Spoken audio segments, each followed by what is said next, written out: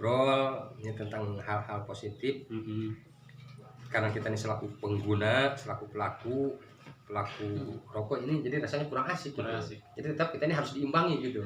Jadi kita punya pola pikir itu seakan-akan ya rokok ini juga menjiwai gitu. Juga. Ya menjiwai. Kalau bahasa kita itu dulu waktu masih di kampus itu, dengan satu kali tarikan Pak itu bisa menimbulkan 10 pokok macam pikiran. Wih, luar biasa. Iya, jadi memang rokok ini punya kans tersendiri untuk menciptakan pikiran-pikiran yang baru. Nah, ini tadi. Kalau untuk berbicara rokok itu kan kita ini apa ya istilahnya itu kan hanya untuk menghibur, tapi kalau bisa rekan-rekan nggak usah karena di rokok ini dia kita bisa. Insight kita mau putuskan Pak ya. Iya. Pelan-pelan. Jadi bagaimana Pak itu? Diundang ke istana itu. Oke, sebelum kita ini berbicara menindaklanjuti tentang kita ini sampai ke istana, memang di dalam perjalanan dari mulai 2013 itu, kita itu sudah mendapatkan beberapa sertifikat. Ya contohnya mungkin yang sudah ada di gambar-gambar ini. Ini dari provinsi. Kita tuh dulu ada pelatihan Provinsi Maluku. Kalau ini kita dulu ada hajat KTNA. Ini kita dulu di Aceh, di Sambi Mekah orang bilang katanya itu. Wow. Nah ini sampai jauh sama. Ya ini KTNA artinya kontak tani nelayan. Seperti ini. Nah itu. Nah ini Pak. Nah kalau ini kita ini awal mula kita mendapatkan yang paling pertama itu ini adalah ini nih, itu piagam penghargaan dari pihak perusahaan Panah Merah. 2011. Wow. 2011. Lama sekali. 2011. Ya. Dari Panah Merah ya Pak ya. Ya. Kalau ini dari kementerian. Nah kalau ini dari kementerian dulu kita ada KTNA di Malang. Jadi kita punya peserta ini se-Asia, bukan saja ini orang Indonesia. Kita ada dari Thailand, dari Jepang, dari Cina. Pesertanya Pak ya? Pesertanya itu dari Asia lah. Berarti levelnya nasional Pak ya? Nasional itu pada saat itu kurang lebih petani-petani berprestasi itu ada sekitar 80.000 petani. 80.000 Asia itu petani-petani yang semua dikatakan petani-petani andalan dari masing-masing. Jadi Bapak mewakili provinsi Maluku. Ya. Wow. Teman-teman coba lihat.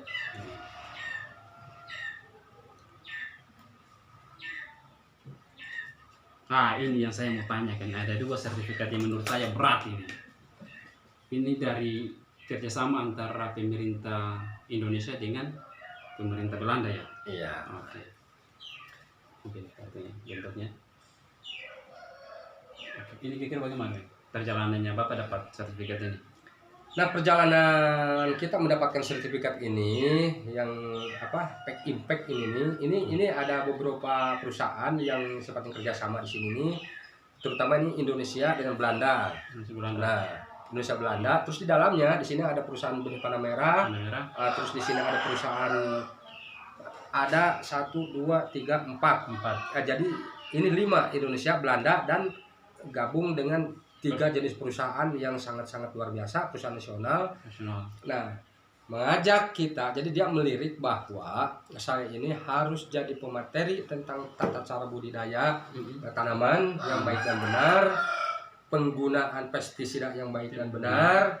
Nah, jadi kita dulu selaku pemateri tentang ini untuk mengajarkan kepada petani-petani masing-masing desa. Wow, ini luar biasa beliau ya, ini. Ya, alhamdulillah beliau mungkin sudah memilih saya untuk jadi ini penyuluh memang dia punya SIM.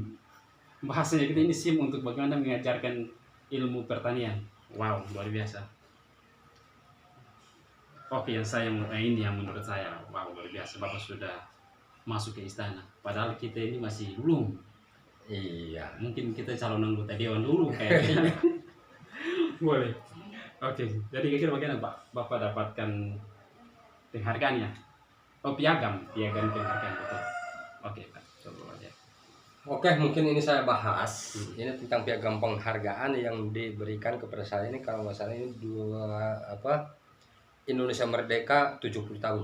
70 tahun. Ah, Oke, 70 tahun Indonesia Merdeka ya. ya. Jadi sebenarnya hal ini kita itu tidak berpikir bahwa kita ini harus sampai menuju ke tingkat istana. Istana. Karena yang namanya sudah menuju ke tingkat istana berarti di situ memang orang-orang yang sangat luar biasa. Luar biasa. Saya akui. Kenapa? Hmm. Jadi yang memasuki ruang istana kita upacara bersama Presiden Republik Indonesia. Mhm. Jadi bukan hanya sekedar tamu undangan untuk memenuhi area itu, namun di situ berjuta-juta orang yang berpotensi. Dosen berpotensi, Dosen berpotensi. dosen berprestasi, Prestasi. penyuluh berprestasi. Itu dan itu Bapak ya. Enggak, penyuluh Penyuluh. dari PNS. PNS, PNS. Ya. Jadi semua itu yang berprestasi di provinsinya masing-masing. Dan diundang semua ya. Nah, saya juga terpilih jadi untuk mewakili Provinsi Maluku jadi penyuluh swadaya tingkat nasional. Nah, jadi ini bukan keinginan kita, karena kalau menurut kita secara pribadi itu adalah rezeki. Kan siapa yang mau menuntut bahwa kita ini harus bisa ke situ? Betul. Itu adalah rezeki yang sangat luar biasa yang diberikan kepada saya khususnya.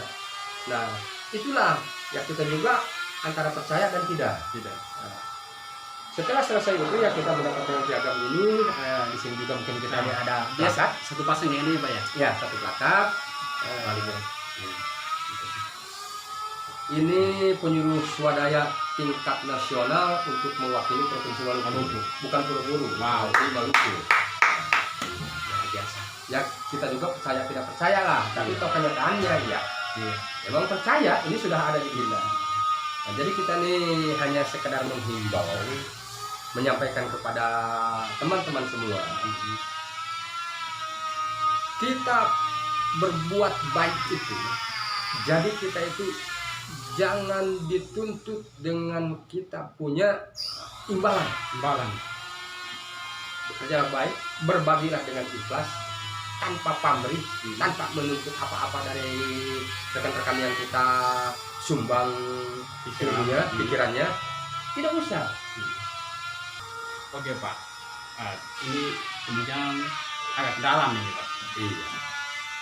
Jadi setelah mendengar Bapak punya perjalanan yang panjang tadi, Bapak ini kan sudah dipilih dan dipercayakan untuk mewakili masyarakat menjadi penyuluh swadaya ya, mewakili pemerintah menjadi penyuluh swadaya. Kira-kira ada insentif atau gaji dari apa yang Bapak lakukan? Karena kalau menurut saya begini Pak, ini ilmu dan tidak semua masyarakat kita hidup di tengah-tengah Bapak.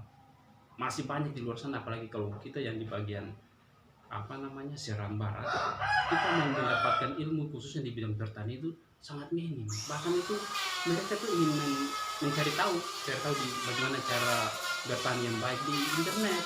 Kalau Bapak ini kan jadi masyarakat bersyukur dan pemerintah bersyukur bisa di tengah-tengah mereka ada petani yang seperti apa. Pikir ada itu nggak? Maksudnya insentif atau terima kasih lah. Coba Pak. Oke, baik, mungkin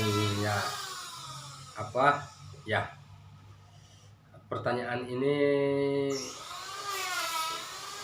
kalau kita tidak jawab kita diteror, ditanya ini harus menjelaskan.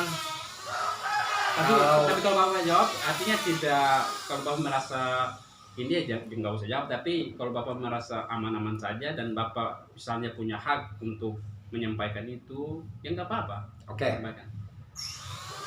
Oke, kita jelaskan dulu ya dari awal kita punya perjalanan. Jadi dari awal kita dari 2011 itu sampai 2020 itu kita selalu berjalan ke masing-masing kecamatan, kabupaten, bahkan ada kunjungan-kunjungan dari provinsi-provinsi lain juga.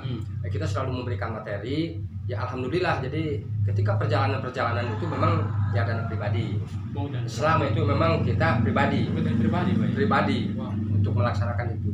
Bahkan kita juga dulu ini merasa kurang puas dengan apa yang kita dapat, wawasan yang kita dapat.